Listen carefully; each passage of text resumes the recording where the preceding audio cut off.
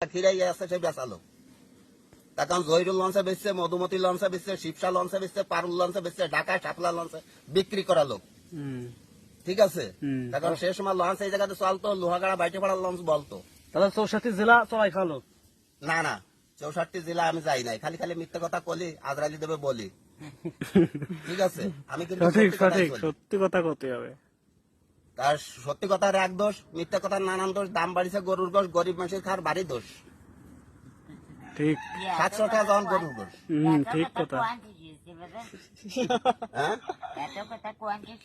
ওই জন্য আন্দাবাজার বন্দরে ভাই, সুরতের মার গায়ে এই বাজারে আন্দাবাজ কত লোকে ফকির হয়ে যায়। 30 বছর আগে রবজেল দেহে আইছে, তাই রবজেল কি আর আন্দাবাজে যায়?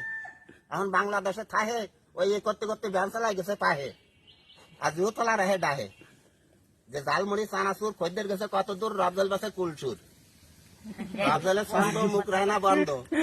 কত কথা কথা না, খালি কুলসুর বেছেন না অন্য অন্য জায়গাও বেছেন? আমি কত জায়গায় বেশি কথার মধ্যে শেষি। মাধব ভাষা কুলসুর, বাউপুর, উতলি, চর, বেন্দা, উতলি সব জায়গাতে বেছে, মানুষ পড়ে না পেছে।